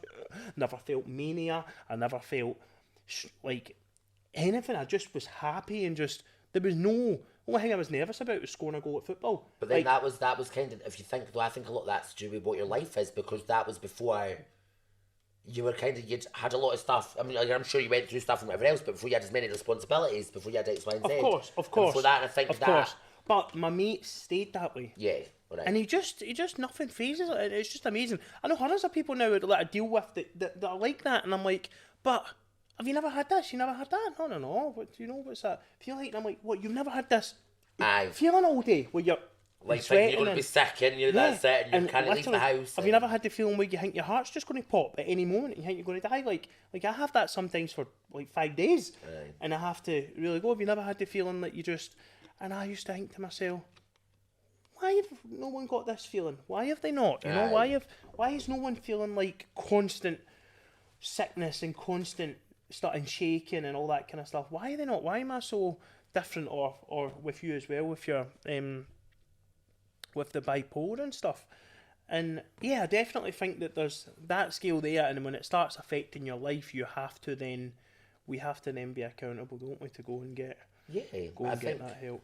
But then I think everybody at some point should talk to somebody. I think it does do you the world good. 100%. I think everyone at some point is going to face serious challenges. Yeah, and I think but I think it is like, I try. Everybody. I try not to judge people on say mistakes or stuff that's happened or whatever else, because I think I'll judge people on how they try and change themselves. Because I've fucked up more than I've made some real mistakes in my time. But if somebody makes a mistake and if you try and work on yourself to rectify it, then that's all you can ask. That's it. And then, as I say, it's always, I think, with people, the proof's in the pudding, like it's there. And if somebody's willing to change or wants to change, and if some people are just paying you lip service, and they're doing that. And I think that's where I think, like, that's where I'll start to sway on it. It's how some people deal with what they're going through. Yeah, for sure. So you talk about sometime you were on the other end of a bit of transphobia. Is that how you say it? Like transphobia, when someone was transphobic to you, but it was from a trans person? No. Oh, no. Oh, is this the story about me getting thrown out of a club for being transphobic? Yes. Let's hear it. Right. That was the one. Oh, God. Here we go. Right. So a long time ago, I was... last week. No, it was not last week. It was when I was younger and much more cool. No, I'm joking. I was... So, right. I was with a guy, the guy that I was with for a long time before the devil. And he was alright. But I met him through his friend, shall we say? Yes, okay. Right. Yeah, I know, yep. Aye, I think I've told you this story before, have I not? Yep. Aye, so I met him through him. So we were at a night, and I was snogging the guy that I ended up with for a long time. And I've looked over, and the friend was talking to this other trans girl, and I was like, how dare you talk to her when I'm sitting here quietly in the corner with a glass of water and your best pal between my thighs snogging the face off him, right? There's no logic to this. Yes, there's some. I was a lot younger. So anyway, I was like, hi, very good, blah, blah, blah, all the rest of it. So then it just kind of started. We never really got on. So the next time I was at this club, it was that guy's birthday who I was late with, and I remember it so well. When I was walking. It was the liquid rooms. Have you ever been to liquid rooms in Edinburgh? So you know how you go down the stairs.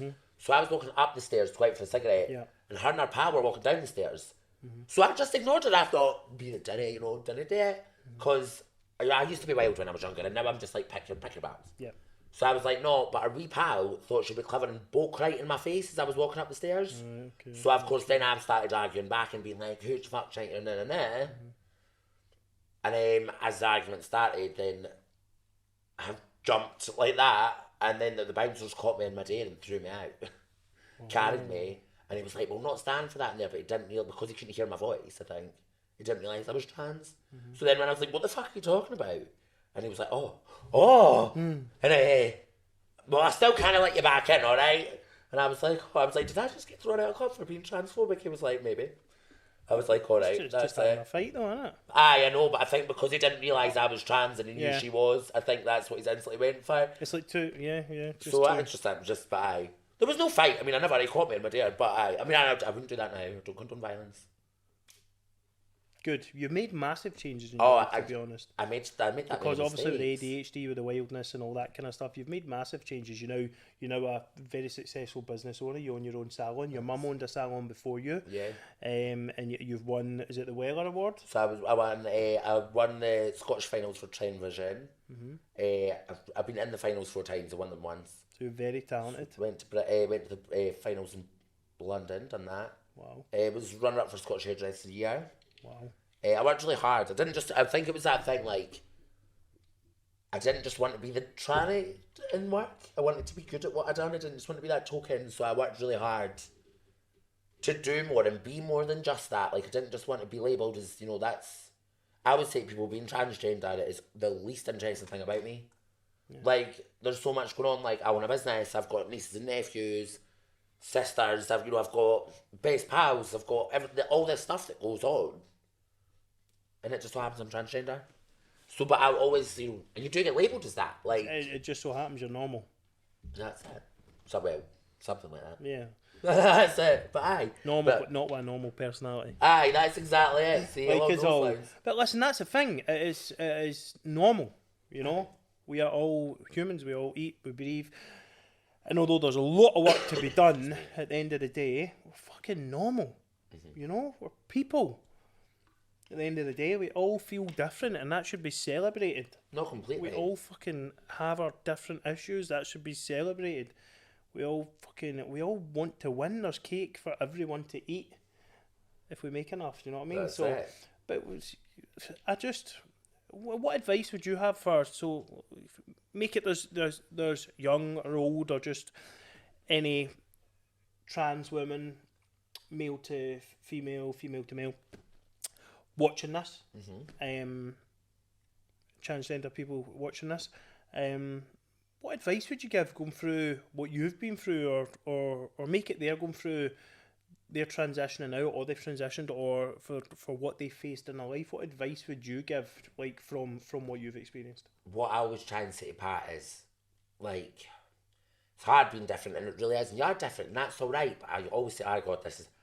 But I'm like, didn't it ever feel like because you're different, you're not enough? Like, being different, your differences in your life are what make you special.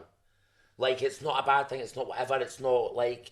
I remember thinking for years I was broken because I wasn't the same as everybody else, and I thought, well, why the fuck do I have to be like this? I'm getting shit, and it's not a choice.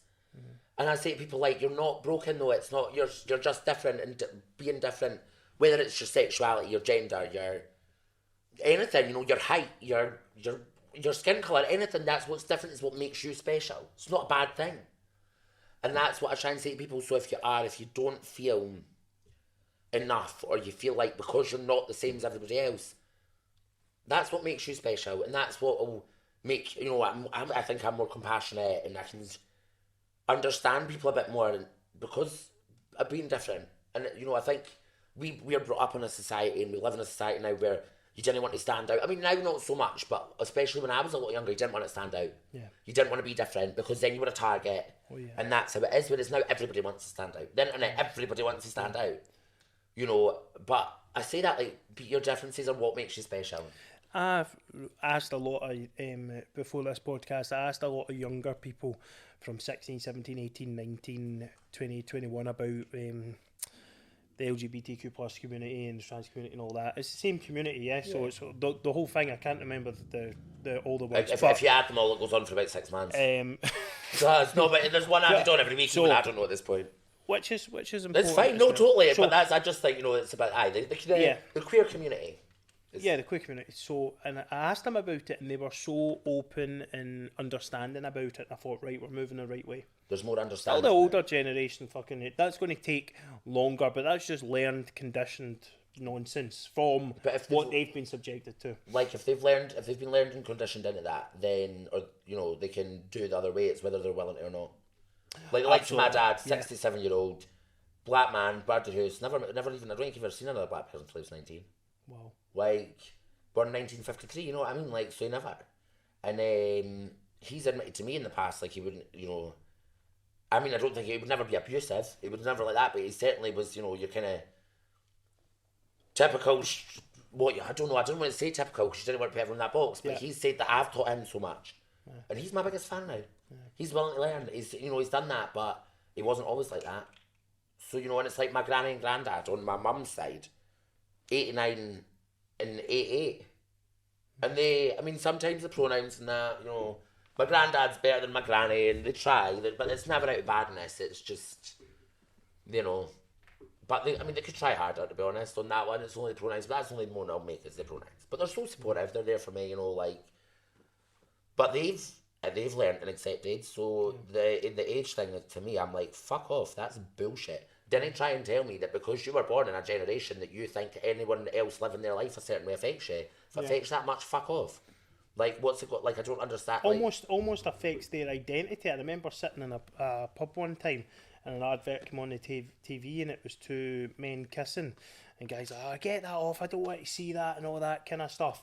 I says, that's a personal problem, For me, that's a personal problem. How does that affect you? Like, why does that make you feel uncomfortable? Fucking this and that, blah, blah, blah. Why does that make you feel this way? Is it what you've learned? Is it a variety of things? But at the end of the day, for me, it's just accountability. You've got to fucking take accountability and educate yourself, not just for you and not just because you might, it affects my identity, who I am as a man, all that bitch. No. Or a woman or whoever. Just on whoever you are. No, you've got to do it because we're fucking bringing kids into a world that's much further progressed in the right fucking way that we want people to feel themselves. You've got to take accountability because you've got kids. You've got a fucking accountability. You've got responsibility to be better. So. That's my that's quite right though. That's my 2 penny sweets. I was getting my boxing gloves on there. I've got handers. Don't worry, Joe. We'll go and put the one out tonight. So you had, before we finish, you found yourself homeless a wee bit. Yeah. Homeless, and I don't think many people know that. No, not many people do know that. I wasn't. So I went and lived in Spain for 6 months when I was 18. And it was great. Like I learnt a lot. But I was very unhappy when I was. When I was 18, that's when when I went to Barcelona, that's when I started doing makeup. I can see you get that phone out and it's making me panic, right? But anyways. I'm looking for my last funny bit, right? Alright, no, but I went there and I lived there for 6 months, came back and I was in a really bad place mentally. I just wasn't happy. And I had a massive fight with my dad. Like, I don't really remember a lot yet, but I do remember putting a pint glass in his face. What? Like, not proud of it, I know. Wow. Horrific. It was horrible. I was so angry at the world. And that's what I wanted to ask you as well. Where did you did have a lot of anger growing up? Oh, my temper was in it. My temper was. That's why I don't do it now because my temper's horrific. Why do you think that was? Did the anger stem from just feeling different and stuff? Probably, and just like feeling like, well, it was almost like a cover up. Like, well, if I'm hard and I can fight and I can be angry. And then you get more and more angry at the world, and then anger's all you know, and it engulfs you. Anger's certainly, I think it's something that grows. So I done that, and then so it was a case of like my mum and dad breaking up and all this bad shit happening, or me going, and I'd already been away for 6 months, and my mum and dad were both amazing, but I did have to go to the homeless because I didn't have any other option. I was just back to Spain. I wasn't back in, and I went and stayed I was in a B&B for 8 weeks, And then I got my first temporary house. It was a shithole on Brown Street in Haddon. Living room window like that, big chunks of the carpet, like... Brilliant. Oh, aye. Like, but... Take you right back to the humbleness, man? Fuck, Just you're no kidding. humble the shit out of you. That's it. And then I got my first permanent house, which was again in Haddington. And I think I was there for 4 years. And then so that was it. And I was in my council flat and that, and then eventually I was working in town and I was travelling up and down all the time, and eventually I was like, my house that I'm in now came up for... You should be so proud of yourself. Yeah, I mean, there's moments... I think, like, as you say, I was... if there's a way to make life harder, I'll find a way to do it. And I think sometimes what the fuck were you doing? Like, why did you get yourself... But then at the same time... But then you're levelling up. Managed to get out of it and managed to move on. And I think, you know, I always say that. I'm like, when people are going about, like, for the scheme and blah, blah, blah, I'm like, that's never a bad thing. Like, fucking brilliant. You know, or people that get judged for, like, having a, like, because they've got a council house, or, you know, they're worried to say, like, oh, well, my flat's council. And I'm like, good on it. Like, that's what they're there for. There should be more of them. 100%. Like, but then I got to a stage in my life where I was lucky enough that I could move on from that. Mm-hmm. And not, like, because I wanted a bigger place. I wanted to be in the centre of Edinburgh. And now I've got a beautiful flat at the quarter mile, and I'm really lucky. And I'm moving next month out to Portobello. Mm-hmm. Just having a wardrobe built in a new flat, so that's very exciting. I'm actually... Being proud is such an important thing, you know. I'm the same. I do well. Obviously, recently I've had some struggles. So we hit hurdles like that. You know, we can dish money out for certain things, but I still trying to build myself up to bridge the gap between me and maybe posh people, or what I would call snobs. Do you know what I mean?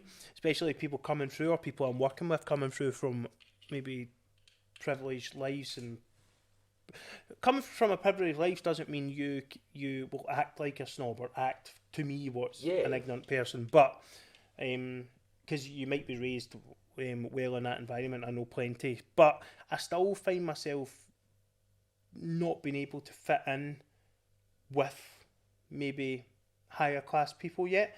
And from where I'm going and what I'm doing, I don't know why that is, if it's difference in conversations or difference of me not being knowledgeable enough, or self-doubt from me. I think that's what it is. I think it's like... Or whatever. No, on you go. I think being a hairdresser, you learn to talk to all walks of life. Yeah. Oh, like, of course. This is it. So but then being a motivational speaker, I'm the same, but I still couldn't, like, I was out for dinner with a few pals, and it came, and one of them, or two of them, were dishing the waiter all sorts of abuse. Oh, I see that. I would lose heat. And I was just not used to that. I said, right, okay, if it's bad, then okay, listen, I can ask about it, man. Do you want to do that and take it back right now? What is this and all that kind of stuff? And I was like, whoa, where are you from, man? You're Prince? Like, come on. Like, just... Don't ever fuck with the people that serve you food, do your tattoos, or cut your hair, because it can make your life very uncomfortable. Like, no, you know but what it's I mean? true. The guy's it's doing his job. It's awful, but like, I would be mortified. He's not a slave. Literally treated the guy like a slave. I've walked out a date before for somebody clicking their fingers at somebody. I actually got up and walked out. I was on a date with this guy, and I swear to God, I got up and walked out. Just walked out. Quite right, because I can't deal with that, and I'm just coming across a lot of people like that now. The world owes them. But then the world I don't doesn't think owe you that's you not fitting in with snobs. I think that's you not fitting with dickheads, because being successful and being whatever else, that doesn't mean you're rude. Probably just trying to make the world a better place. But this is it. That's a good thing, and it's not a bad thing that you respect everybody and where they're from. If anything, it says more about you, that these people are actually choosing not to fit in with people like maybe like me or you, who they don't see as in their league. Because you wouldn't talk to like, if I always say, right, remember how somebody talks to the waiting staff or to any member of staff, because that's how they would talk to you if they weren't, you know what I mean? Maybe it's just me doubting myself. But that's it. But then, you know, I think it's also, and I think actually, I wouldn't want to fucking fit in and be like you. You could think anything worse. I would rather go and sit. Oh. What? Oh, wow. Okay. Forgot about this. To change the subject from, in the great conversation I had with your sister, Susan, in it. Yeah. She told me about one time, she came to the door. I think she came to the door one time, and then, so she just came to no, she actually went out. She was just going out, so, you know, you're in your house, you're just getting ready, you're going out, and she went out the door and caught you doing something. She asked me to ask you what it was she caught you doing. Wait. But she wouldn't tell me. We were getting ready to go out and she caught me doing something. Is this not when I was at work? She said she said she was in the house and she walked out into her clothes and you were there doing something. I was a lot younger at the time. And this guy that, was really handsome. And when I say I was a lot younger. Mm-hmm. And so he was just at Pullman at 19. Nice. As you do. And, so we got on really well. And I'd had a few drinks, so, winching, having a wee kiss and doing all that. Then going to visit your sister? No, we were already at my sister's. Oh, you right? And he came, we were having a party in the house.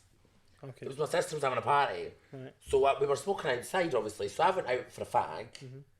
And Susan's come to the door and she's opened the door. And I was reading my Bible like this. And I must have been moving my head and it must have looked like he was getting a blowjob. Okay, and I yeah. got totally What, you're reading the Bible? Yeah, that's what I was doing. I was reading the Bible and washing my hands. What verse were you on? Thou shalt not suck baddies, bobbies on doorsteps. Chapter 1, page 3. The art of sucking. Aye. Oh, fuck. Aye. That's not as bad as that. Aye. That's aye, actually was quite alright. good. I thought I was going to... I literally, you know what I wanted that story to be? What did you? That you were having a shite in a plant pot. Oh my God, no!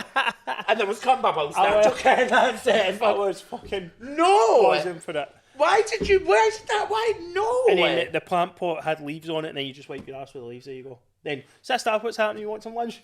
That's what I fucking thought it was. How do you remember? Do I give off that impression?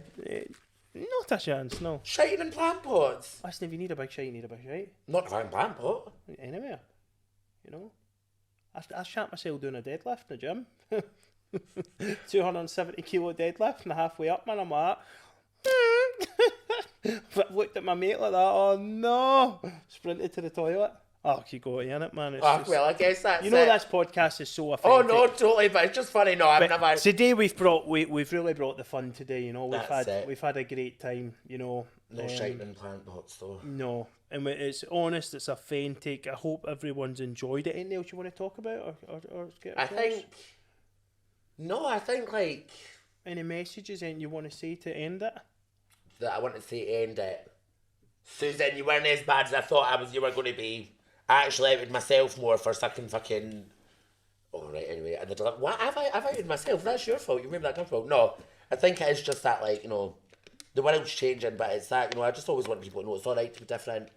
And, like, I take great pride in the fact that I've become successful doing what I do. And it's not the only thing, like, it's not going to hold you back. It'll hold you back as much as you'll allow it to hold you back. Mm-hmm. It's not always going to be easy, but you'll get there. And I would say I've definitely used my gender identity as something that's helped me a lot. Like, it's definitely, I've used it as a positive when it's come to TikTok, when it's come to, like, my life in general. There was actually an interesting fact we talked about all the men you've been with have all been straight. Yeah. Right? Which is a quite a thing. This is important because there's many men I know who have been with transgender women, but they are straight or claim straight they claim straight and they wouldn't have anyone know it any other way, which we know that happens. So obviously there is more understanding which people are letting on to. Yeah. Because these men are having these feelings towards transgender women or transgender men. The other way, it could be the other way, whatever way. And that's that, So is that a thing where these men are, how do I put it, is that a thing where we're moving forward? I think it's definitely more and more. But like, how would you say you see me? What if you, like, how would you see me? As soon as you come in, I was like, you're looking fantastic. But you see me as a woman. Yeah, exactly. So how would you see my partner? If he was a man that he was with, so that's it. Like gay, I've never been with a gay guy because gay guys aren't, the majority aren't into the aesthetic. Like I wouldn't. Yeah.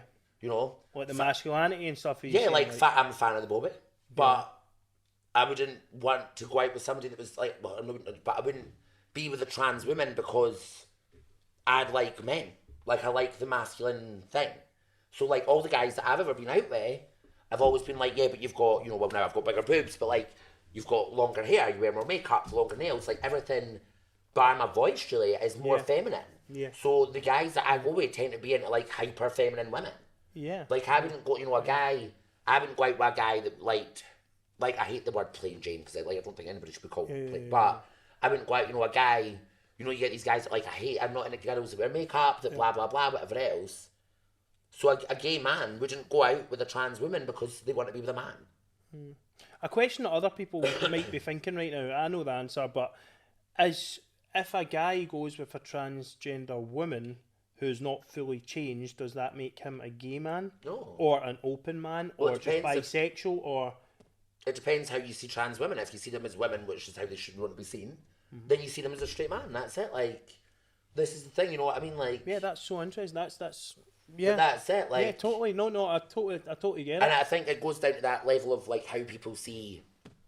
It's not how much they see the partner; it's how they see you. Yeah. So if a guy sees me as a man, then he's going to think my partner's gay. But if a guy sees me as a woman, then he's going to respect that my partner, So it's total. It really is total understanding and education. This is it. And I think it's the same. Like sexuality is one of them. It's so different for everyone. Because I've been out with guys who are into the whole, the front bit. Mm-hmm. And then that's it. But then I've also been with guys that are really into that, but are still into the female aesthetic. Oh, okay, yeah. So I think it's a level, like it's a spectrum. Yeah.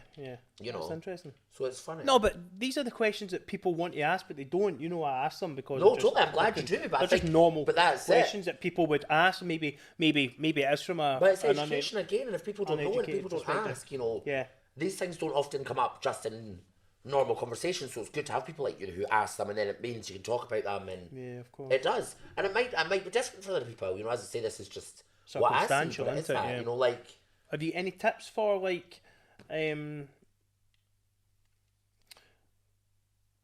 don't even want to say the younger generation. What I want to say, if you get any tips for someone who's just coming to realise that they feel trans or they are trans? Yeah, I would say go to the GP as soon as possible. I think there's that thing because when you go to the GP, it's, as I said, it takes a long time now, which is completely wrong. Terrible. But just because you go doesn't mean that actually you're signed up to it. If you're unsure or you're feeling that way, go and talk to them and tell them you're feeling that way. Say, I don't know if I am, but I think I might be. Is it okay to if I can get referred to the gender clinic and speak to the professionals?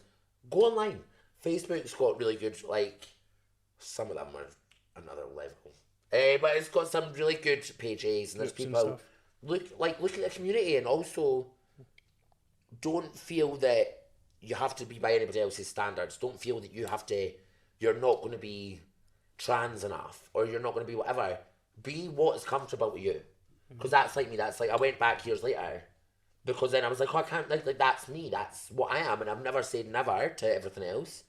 But for now, I'm happy, and I never understood that. And it was always that, well, I mustn't be enough. I'm not enough to be trans. So just, you're never going to know. And find your people that support you. Mm-hmm. Don't worry, and understand that just because that's what makes you different, every single person out there has something that makes them feel insecure or like they're different or whatever else. And it does go back to that. You're not broken because you're different. It's, it's what can make you special. It's what can make you you. So just, reach out, try and find your people, make sure you've got good people around you, and, work on yourself, and don't try not to, like what Adam was trying to look for validation through other people. Through sleeping with guys and running about and doing whatever else, and then it wasn't until after the really bad relationship, I thought I would end up splitting up and going and being wild and being a bit of a slapper and that, and I wasn't at all. I just was not interested because I'd healed, and I think then that helped me after being like, actually, I don't need validation of other people. I need to look after myself. I need to care enough about myself to get out of that situation, look after myself. Yeah. So that's, I'm quite bad for going on tangents. The joys of ADHD. Listen, 3 conversations at once. That's how it is. You had a quite a problem with cocaine at one point in your life. Aye, I was Let's be honest, 8 out of 10 people probably watching this is the same. Loved it, yeah. I was in, again, that situation I was in, like, I always partied and stuff and went out and weekends and things, but when I was with that person that I was with, they done all that, he was really into it, and I mean, I was into it too, but then your weekends aren't just weekends anymore. Yeah. It's all the time. Yeah. And then it gets to the point where, right, we need to tidy the house because we've been living in a fucking bubble. Everything's a mess. You know what will make the house better? You know what will make that better? Never works. Yeah. And it gets worse and worse until you realise, like, I think it was the fear of what I was spending, and everyone knew about it. Like, my whole family, pretty much. Well, not my grandparents, not so much, but my mum and dad and that, yeah. And I was really into it.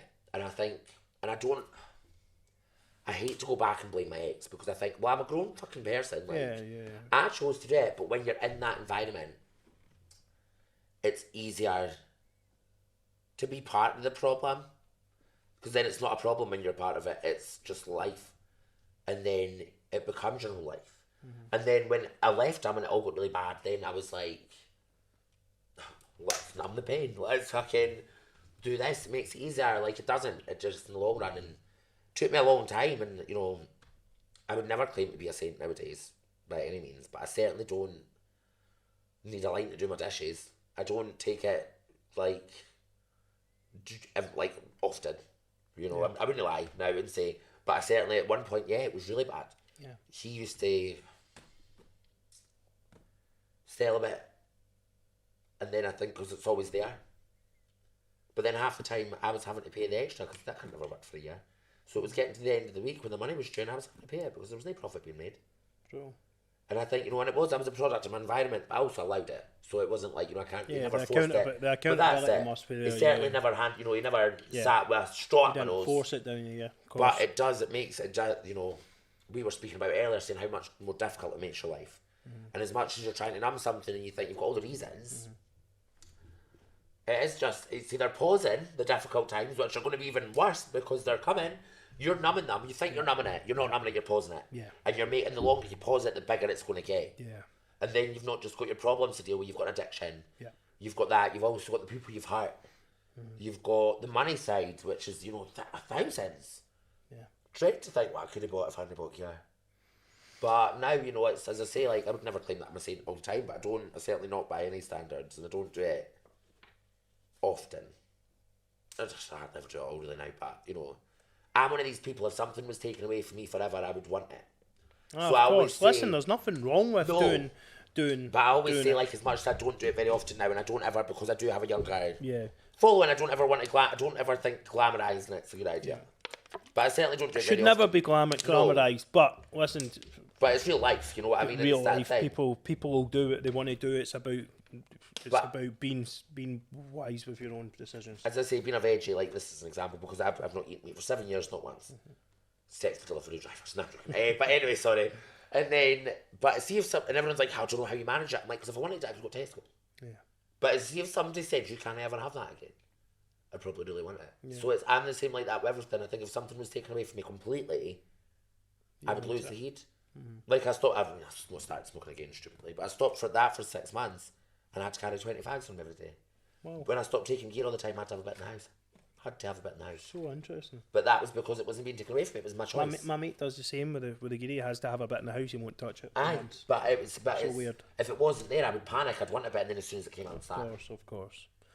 Well, guys, it's been an absolute pleasure. It's been a hoot. It's been great. At first, people, please. You can get Jordan on Instagram mainly and TikTok. TikTok's Jordan Robertson 785. So is it Jordan Robertson 785? So it. at Jordan Robertson 785. Please, if you've not already, subscribe to the podcast. You know, just hit the subscribe button. It takes 2 seconds. If you've not got an account, just bloom and create one. You know what I mean? It's 10 seconds. You support what we do. You support the awareness we raise. Follow me on Instagram, the Flip the Mindset Podcast. I've got a new account. My old account got banned, so I'm trying to get my new account right back up there.